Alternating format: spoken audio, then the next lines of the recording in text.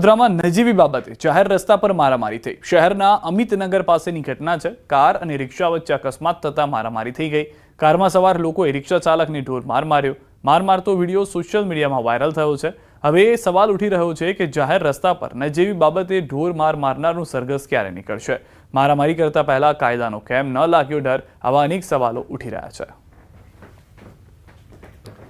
વરસાદી માહોલમાં વલસાડના ગામમાં કાચું મકાન તૂટી પડ્યું, જેમાં એક વ્યક્તિ ઘાયલ થયો છે। ધરમપુરના શિશુમાળ ગામમાં કાચું ઘર તૂટી પડ્યું હતું, જેમાં એક વૃદ્ધની ઈજા, તેમને હોસ્પિટલ ખસેડાયા છે।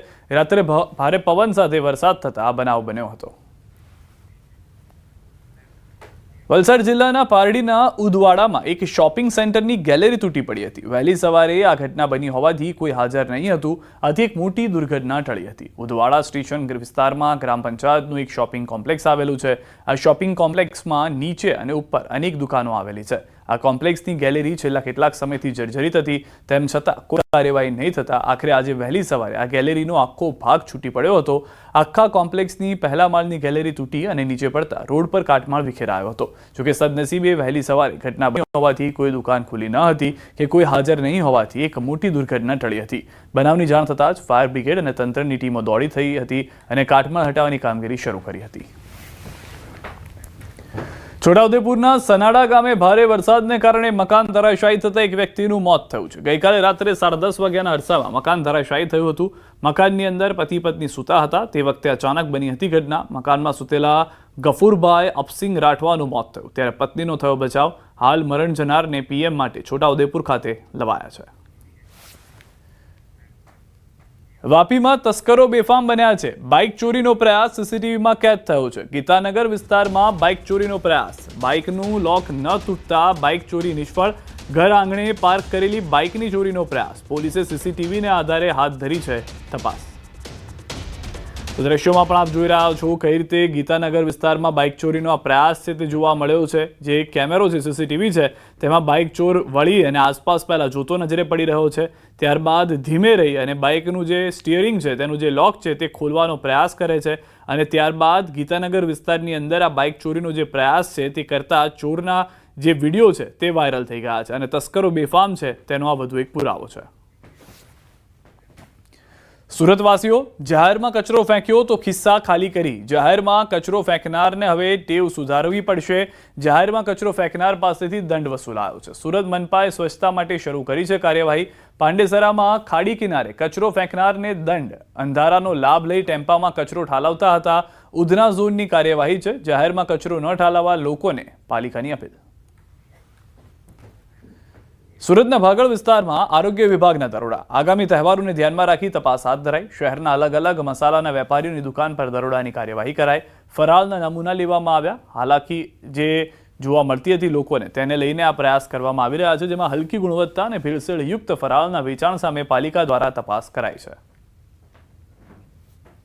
આગામી દિવસોમાં તહેવાર અને એમાં પણ શ્રાવણ મહિનાને લઈને ફરાળી વસ્તુની બજારમાં માંગ વધી રહી છે અને આ તમામ ફરાળી વસ્તુ જે બનતી હોય એ લોટમાં મિક્સિંગ એટલે કે ભેળસેળ થયા હોવાની સતત ફરિયાદોને લઈને સુરત આરોગ્યની ટીમ દ્વારા ફરાળી વસ્તુ વેચતી તે દુકાનો ઉપર ચેકિંગ શરૂ કરવામાં આવ્યું છે। દ્રશ્યો જોઈ શકાય છે કે આરોગ્ય વિભાગની ટીમ દ્વારા ચેકિંગ કરવામાં આવી રહ્યું છે। આપણી સાથે આરોગ્ય અધિકારી આપણે સીધા એમની સાથે વાત કરીશું। સાહેબ, આપનું નામ અને ડેઝિગ્નેશન પહેલાં Samip Desai, food safety officer, Surat મહાનગરપાલિકા। સાહેબ, કયા પ્રકારનું ચેકિંગ છે ફરાળી વસ્તુઓનું? કારણ કે શ્રાવણ મહિનો ચાલી રહ્યો છે।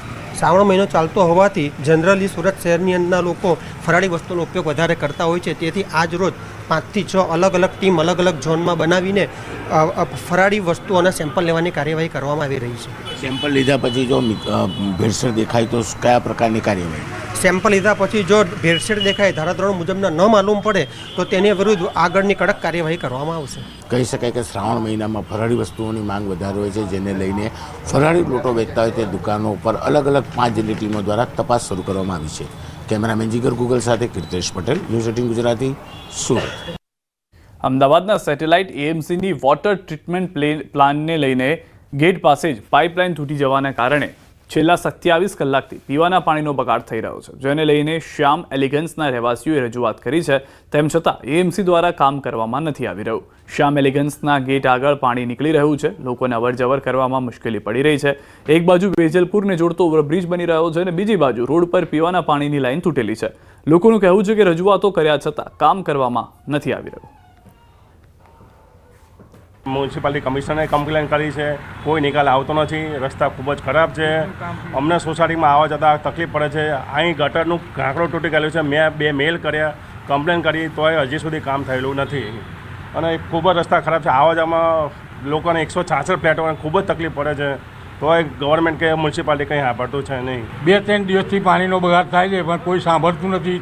3-4 ફરિયાદો કરેલી છે. પીવાનું પાણી છે? પીવાનું છે, નર્મદાનું. મેઇન લાઈન તૂટેલી છે, કોઈ સાંભળતું નથી. બીજા ગેટ નંબર ઉપર પાણીનો એટલો બગાડ થાય છે, જે મેઇન પાઇપલાઇનમાંથી જે નર્મદાનું પાણી આવે છે એને અંદરથી પાણી બહાર નીકળે છે. અને અહીંયા આગળ રોડ પણ સાંકડો છે અને ત્યાં આગળ રોડ પણ કોઈ સાંભળતું નથી. કેટલી ફરિયાદો કરવા છતાં પણ કોઈ કામ થતા નથી. હાલ રોકાઈશું વિરામ માટે.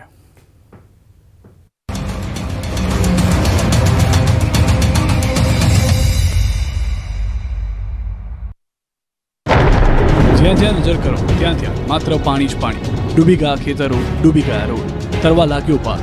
આકાશી આફતના આ આકાશી દ્રશ્યો ડીસા પંથકના છે. અહીં 2 દિવસથી મેઘરાજાએ મન મૂકીને હિત વરસાવતા આ પંથક પાણીમાં ગરકાવ થઈ ગયો. 2 દિવસથી ડીસા તાલુકામાં પડેલા ભારે વરસાદને પગલે તમામ ખેતરો પાણીના બેટમાં ફેરવાઈ ગયા. બીજી તરફ ગામથી ગામને જોડતા રસ્તાઓ પર પણ વરસાદી પાણી ફરી વળતા રસ્તાઓ બંધ થઈ ગયા. ડીસા તાલુકાના દામા, રામપુરા, વર, જેના, લક્ષ્મીપુરા સહિતના ગામોમાં તો ખેતરો બેટમાં ફેરવાયા છે. દ્રશ્યોમાં સ્પષ્ટપણે દેખાઈ રહ્યું છે કે ડીસા તાલુકામાં વરસાદે કેવા પ્રકારનો વિનાશ વેર્યો છે. જ્યાં નજર કરીએ ત્યાં ખેતરો નહીં પરંતુ પાણી જ પાણી જોવા મળી રહ્યું છે. ખેડૂતોએ મહા મહેનતે મગફળી સહિતના પાકનું વાવેતર કર્યું હતું, પરંતુ કુદરતની થપાટની પાક પાણીમાં ગરકાવ થઈ ગયો. વરસાદ થંભી ગયા અને 24 કલાક થઈ ગયા, પણ હજુ ખેતરોમાંથી પાણી ઓસર્યા નથી. ખેડૂતો પોતાના ખેતરમાં જઈ શકે તેમ નથી. હવે અન્નદાતા વરાબ નીકળે તેવી પ્રાર્થના કરી રહ્યા છે. ખેતરો બની ગયા નદી, પાકનું થયું ધોવાણ, તૂટ્યા ખેતરોના પાળા, ધોવાયા રસ્તાઓ. આકાશમાંથી થયેલા જળ વિસ્ફોટથી બનાસકાંઠાના ધાનેરામાં તબાહી મચી ગઈ છે. 10 થી વધુ ઇંચ વરસાદ ખાબકી જતા ધાનેરાના જડિયાથી ભાટીબ રોડ વચ્ચેના ગામડાઓમાં તારાજી સર્જાય છે. આકાશમાંથી હિત વરસવાની બદલે કુદરતે ક્રોધ વરસાવતા અહીંના ખેતરો જળમગ્ન થયા. નદીઓના પાણી ખેતરોમાં ઘૂસી જતા જ્યાં જ્યાં નજર કરો ત્યાં પાણી જ પાણી દેખાઈ રહ્યું છે. ખેડૂતોએ વાવેલો મગફળી, બાજરી સહિતનો પાક પાણીની મનમાની સામે નતમસ્તક થઈ ગયો. ખેતરોના ખેતરો ધોવાઈ ગયા. એટલું જ નહીં, જળ પ્રહારથી જડિયાથી ભાટીબ રોડ ધોવાઈ ગયો. પાણીના પ્રચંડ પ્રવાહમાં ડામર રોડ હતો ન હતો થઈ ગયો. આખો રોડ જ પાણીની સાથે જ ધોવાઈ ગયો, જેથી આ વિસ્તારનો વાહન વ્યવહાર ખોરવાયો. આ પંથકના ખેડૂતોને હવે માથે ઉડીને રડવાનો વારો આવ્યો છે. ડીસાના ભીલડી ગામના દ્રશ્યો પણ જુઓ. વરસાદે ભૂક્કા બોલાવતા ગામની પ્રાથમિક શાળા પાણીમાં ગરકાવ થઈ ગઈ. પહેલા શાળાના ગ્રાઉન્ડમાં 4-5 ફૂટ પાણી ભરાયું, જ્યાંથી પાણી શાળાના વર્ગખંડો, પ્રાર્થના હોલ, આચાર્યની ઓફિસ સહિતના રૂમમાં પાણી ઘૂસી ગયા હતા. શાળાની લોબીમાં પણ 2 થી 3 ફૂટ જેટલું પાણી ભરાયું. ગ્રાઉન્ડમાં તો માણસો અડધા ડૂબી જાય તેટલું પાણી ભરાયું.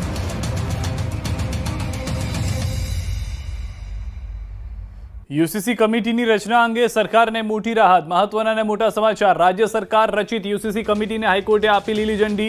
સુરતના અરજદારે કમિટી સભ્યો અંગે કરી હતી અરજી. અલ્પસંખ્યક નિષ્ણાંતો કમિટીમાં ન હોવાની હતી રજૂઆત.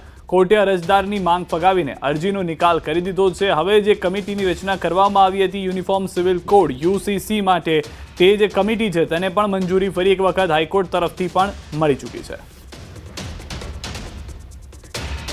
જમ્મુ કાશ્મીરના શ્રીનગરમાં ઓપરેશન મહાદેવમાં 3 આતંકીઓને ઠાર મારવામાં આવ્યા, જેમાં પહેલગામ હુમલાનો માસ્ટરમાઇન્ડ હાશિમ મુસાને પણ ઠાર માર્યો. પહેલગામ આતંકી હુમલામાં ભાવનગરના યતીશભાઈ પરમાર અને તેમના